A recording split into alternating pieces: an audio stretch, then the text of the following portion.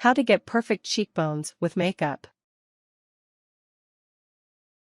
You can spend hours creating the perfect cat eye, a sensual pout, and a flawless blowout, and you can spend even more time finding the perfect outfit, but the look won't be complete without those movie star cheekbones.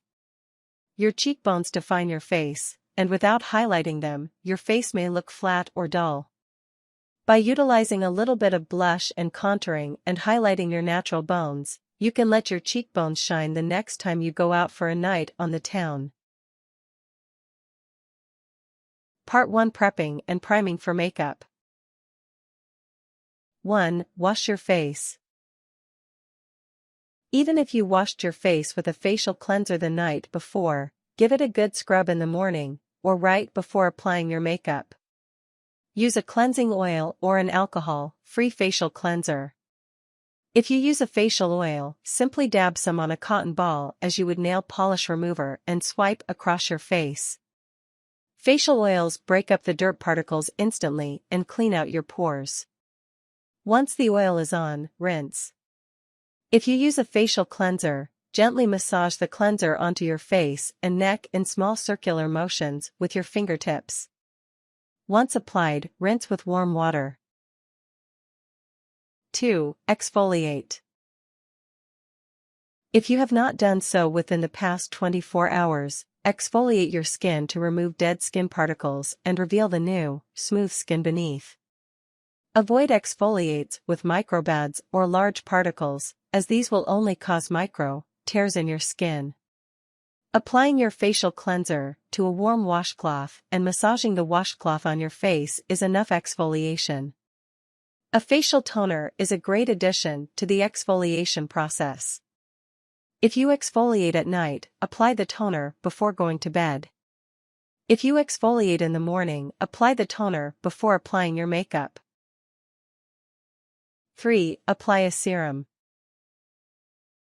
Facial serums help seal in the moisture that may have been lost during exfoliation, and prevent your face from drying out and getting dry skin patches. It is important that you do not skip this step, as the pores have just had a deep clean and need to be closed and sealed before applying makeup. For oily skin, use a serum that contains glycolic acid or retinol to help smooth your skin's texture, accelerate cellular turnover, and prevent clogged pores. Vitamin C is a bonus ingredient, as it provides antioxidant protection while reducing redness and inflammation. For combination skin, opt for a serum that targets your specific skin concerns. From reducing dark spots to scarring to smoothing out your skin, there are serums on the market that do it all. If you have dry skin, look for a serum that contains hydrating ingredients such as hyaluronic acid, or opt for one with added vitamins.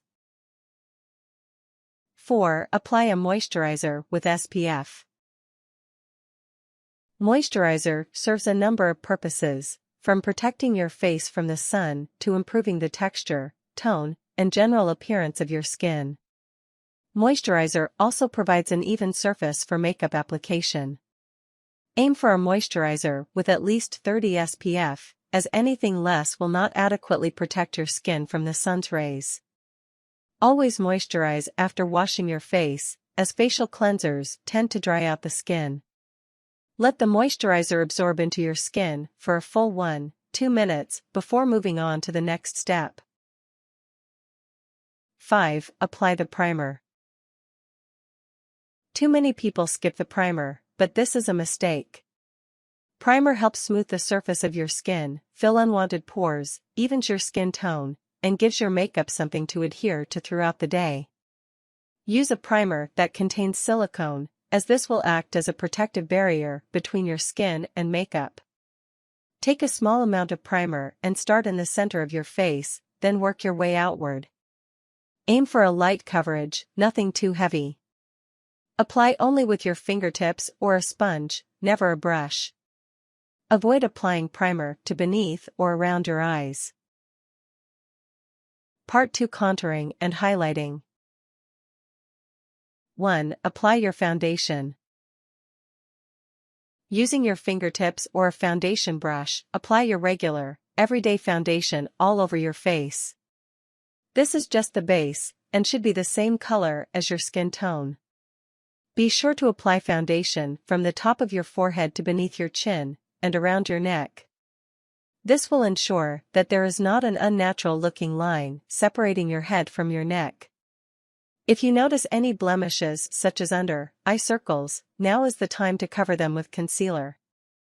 If you will be using a gel blush to finish off the look, do not apply your foundation until after you have applied your blush. 2. Prep an angled contour brush and bronzer. Swirl your contour brush around in your bronzer approximately 5 times. Tap the brush on the back of your hand to remove any loose powder. Double-check the brush one last time to make sure it is not overloaded with product. The key to contouring is to go light. 3. Look straight at the mirror. Make sure your mirror has plenty of light around it, and that it is tilted back so that when you suck in your cheekbones you can see the shadow beneath them very clearly. That is where your bronzer is going to go. 4. Apply the bronzer. Point your brush at the shadowy spot, suck in your cheekbones, and gently spread your bronzer in the shadowy area. Sweep up in a crescent shape, up towards the top of your ears. Be sure to not get any bronzer on your cheekbones. If you have an oblong or square face, contour the corners of your face to make them appear less angular and to give your face a softer edge. If you have a triangular face, contour along the jawline to give your face a more proportionate look. If you have a round face, contour at the temples, cheekbones, and the sides of the jawline, giving your face more definition. If you have an oval face, contour similar to the round face shape, at the temples, cheekbones, and sides of the jawline. 5. Double-check your work. Take a step away from the mirror and give your face a good long study. Is that naturally shadowy area now filled with bronzer? If so, success. If not, go over the area a few more times until the area is clearly defined. If you have applied too much bronzer, do not worry, simply grab some tissue, scrunch it into a ball, and gently use circular motions to wipe off the excess bronzer. 6. Apply highlighter. If you're using a liquid highlighter, apply a small dab to the center of your hand. Pat your index or middle finger into it. Look straight into the mirror and apply the highlighter above the bronzer line. Blend the highlighter on top of your cheekbones. If you need to, suck in your cheeks to get the bones to stick out. If using a highlighting powder, grab a blush brush and pat some product onto it. Apply the same as if applying a liquid highlighter. Blend onto the cheekbones, being sure to focus more on the top and outermost areas so that it gives your cheeks a soft glow. To highlight an oblong or square face, add highlight to your forehead and chin to give your face more dimension. For a heart-shaped face, highlight under the eyes to bring your cheekbones forward. Highlight your forehead and chin to give your face more dimension. For a triangular-shaped face, highlight along the temples and under the eyes to give your face the illusion of cheekbones. If you have a round face, use the highlighter on your chin and forehead to bring these areas forward and create the illusion of angles on your face. Part 3. Applying the blush. 1. Select a blush that complements your skin tone. Choose a blush that matches or complements your skin tone, and that pairs well with your eye and lip makeup. The wrong blush can make you look like a clown, or as if you are wearing stage makeup, neither of which is a good daytime or nighttime look. If you are fair-skinned, opt for pinks and rosy hues. If your complexion is more olive-toned, choose a peach or other tawny color. If your skin is darker colored, use colors with a slightly orange undertone or hints of red. 2. Choose a type of blush. Each form of blush is created to highlight your cheeks a certain way, so choose a form that achieves the effect you're going for. Cream blushes lend a dewy, sun-kissed look to the wearer and are good for daytime use. Powders are also good for everyday wear, while gels have a long, lasting effect and can be used to transition from day to night. If you are using gel blush, apply your foundation and other make only after you have applied the blush. 3. Apply the blush. To apply the blush, dab a large, soft blush brush into the powder. If you are using cream or gel, dab your fingers into the makeup. Smile. Your cheek's apple should show up. Apply the blush to the top part of the apple in short, rounded, swooping motions. Do not use long swooping motions, as doing so will give your face a sharp, severe look. Brush outward toward the cheekbone. 4. Blend up along your cheekbone. Once you have applied the blush to the apples of your cheeks, blend upwards along your cheekbones. For the most natural look, always concentrate the color on the apples of your cheeks and blend well. Before blending outwards, dust off the excess blush to avoid looking overly rosy. Blend with your brush inwards towards your nose, then outwards towards your ears.